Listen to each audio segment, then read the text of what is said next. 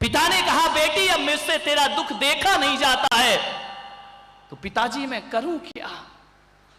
ससुराल पीहर में रह नहीं पा रही हूं, ससुराल में मेरा मन नहीं लगता है, मोहल्ले वाले मुझे परेशान करते हैं, मैं क्या करूं? बोले रुक, अपने यहां एक महाराज आए हैं, मैं उनसे कुछ पूछ के आता हूं। लड़की ने कहा तुम्हारा दिमाग खराब है, ये साधु संत क्या करेंगे, इनकी कौन सी ससुराल है, ये क्या जाने, इन्हें क्या मालूम क्या होती है जिंदगी। बोले बेटा बड़े पहुंचे हुए साधु हैं, मैं मिल के आता हूं। गए, शाम को लौट के आए, बोले बताओ पिताजी साधु जी ने क्या कहा?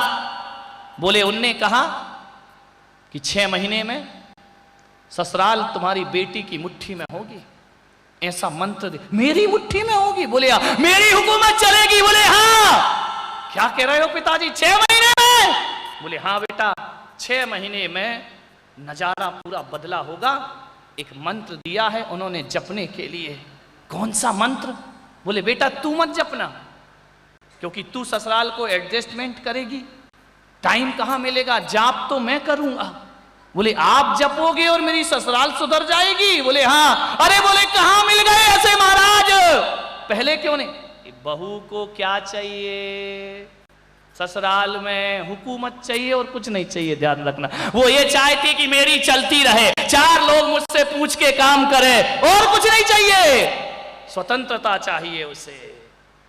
बोले बेटा 6 महीने में घर बदल जाएगा। घर बदल जाएगा कैसे? बोल बेटा यदि तेरी ससुराल बदल जाए तो क्या तू वहां जाने को तैयार है? बोले बदल गई तो मुझे क्या दिक्कत है, जाएगी। पीहर को देखती सोचती जाना ही अच्छा है, यहां तो रोज रोज मरना है। बड़ी भाभी अलग ताने मारती, छोटी अलग मारती है, मां बेचारी आंसू बहाती है।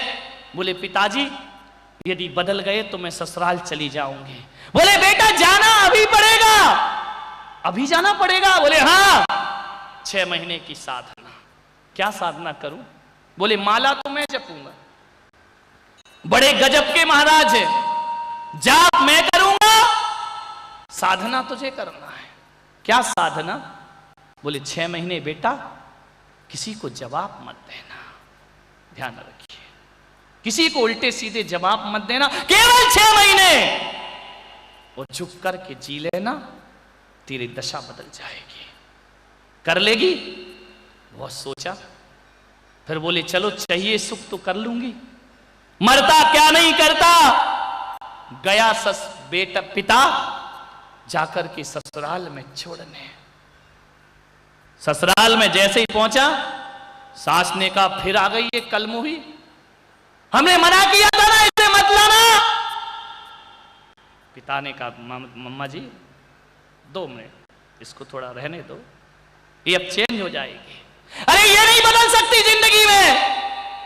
ससुर ने कहा समधी जी इसको ले जाओ आप, तो हमारे घर की शांति खराब मत करो।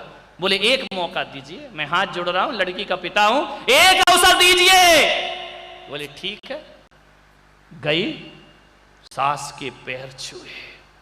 सास ने कहा ये कौन है भाई? ससुर के पैर छुए। 8 बजे सो के उठने वाली 6 बजे उठ गई। अंदर से रसोई से आवाज आई बर्तन की। सास ने कहा कोई बिल्ली इल्ली गई है क्या? आके देखा बिल्ली तो नहीं, ये दिल्ली खड़ी है। अरे उसने कहा ये क्या नजारा। चाय बनाई, ससुर को देने गई, अम्मा के पैर छुए, अम्मा जी आशीर्वाद दो, मैं इस घर को खुशियां बांट सकूं। उसने कहा यार ये जुड़वा बहने तो नहीं है कोई? पहले तो 8 बजे उठती थी, उठाने जाओ तो एक कहो तो 10 सुनाती थी। उसने कहा बस अम्मा जी आशीर्वाद दीजिए। ससुर को चाय देने गई, पैर लगा, प्याला टूट गया। ससुर ने कहा अंधी है अंधी, देख के नहीं चल सकती है, प्याला तोड़ दिया। उसने कहा बुढ़े मैं नियम से नहीं बंधी होती तो प्याला तेरे सर पे फूटता, लेकिन 6 महीने की बात है, कोई बात नहीं। मेरे बाप ने 6 महीने का नियम दिया है, उसने कहा पिताजी गलती हो गई, आगे से देख के चलूंगी। अरे तू देख के चलिया नहीं, ससुर तो देखते ही रह गया कि ये बोल क्या रही है। पहले तो एक कहो तो चार सुनाती थी, आज तो कह रही कि पिताजी ध्यान रखूंगी। ससुर ने कहा ये कौन सी बोई लड़की है या चेंज हो गई है। उसने कहा बुड्ढे 6 महीने बाद बताऊंगी मैं बदली हूं या नहीं बदली हूं, केवल 6 महीने का मेरा नियम चल रहा है, उसके बाद बताऊंगी कि मैं वही हूं खूब लड़ी मर्दानी वो तो। हाँ बोल दो झांसी वाली, बंबई वाली बोलो, क्या झांसी वाली चलती रहेगी। मान समय बीता, मामला तो बिल्कुल बदल गया। अब ससुर जी बाजार जाते और शाम को कुछ ना कुछ बहू के लिए लेकर आते। ससुरों से मेरा निवेदन है, यदि घर लेट पहुंचो तो खाली हाथ मत जाया करो, कुछ ना कुछ बहू के लिए ले आया करो। इंतजार कर रही है वो तुम्हारा। आप चाहते हो कि मेरी सास, कोई सास चाहती बहू मेरा इंतजार करे, कोई ससुर चाहता है कि बहू मेरा इंतजार करे। कुछ ना कुछ लाओ तब तो इंतजार करेगी कि फोकट में इंतजार करेगी। कुछ ना कुछ नमकीन ले आया करो, मिठाई ले आया करो बहू के। सासुएं यदि तीर्थ यात्रा को जाएं, घूमने जाएं, बेटी के लिए कुछ लाएं या ना लाएं, बहू के लिए कुछ ना कुछ लेकर के जरूर आए। गलतियां दोनों तरफ से हुआ करती हैं, ध्यान रखना। कुछ ना कुछ लेकर के आओ। सामान की कीमत नहीं होती है, लेकिन बहू ये सोचेगी उतनी तीर्थ यात्रा में भी मेरी मां को भगवान याद रहा या नहीं रहा, मेरी बहू याद रही, इससे प्रेम बढ़ेगा घर में, आपस में स्नेह बढ़ेगा। बहुएं ताली बजा रही हैं, सासुएं बजा रही हैं, समझ ही नहीं आ रहा है। खाली हाथ मत आया करो घर लौट के, एक आध साड़ी ले आया करो, कुछ ना कुछ बहू के लिए जरूर लाओ, घर में तुम्हारी इज्जत बढ़ जाएगी। लेकिन हमारी ये सासुएं तो ऐसा करती हैं कि गर्मी में बेटी आ जाए ना ससुराल से तो कहेगी चाय बनाओ, और बेटी बनाने लगे तो अम्मा कहती बेटी तू रहने देना, वहां तो इतना काम करती है, ये भाभी बना लेगी। ध्यान दत्त तेरे की सत्यानाश, एक चाय बनाने में तुम्हारी बेटी दुबली हो जाती है, लेकिन एक बार मना करने से बहू के अंदर तो तुमने भेद की नीति डाल दी है। ध्यान रखिए, घरों को व्यवस्थित करिए थोड़ा सा। गलतियां दोनों तरफ से होती हैं। उस बहू ने कहा कि बस 6 महीने, 1 महीना बीता, 2 महीने बीते, 3 महीने बीते, हालात बदल गए, मामला बदल गया। एक दिन सास ने कहा बेटा इधर आ।